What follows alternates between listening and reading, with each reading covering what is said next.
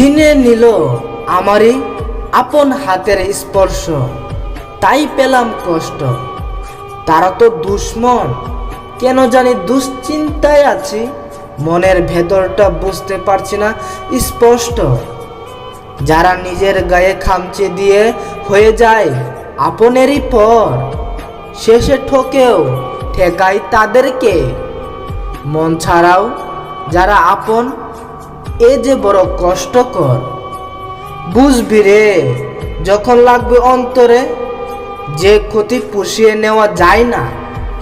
আফসোস করে বলছি, শোন নীরবে, তোরা আপন হয়েও লাগে ঘৃণা।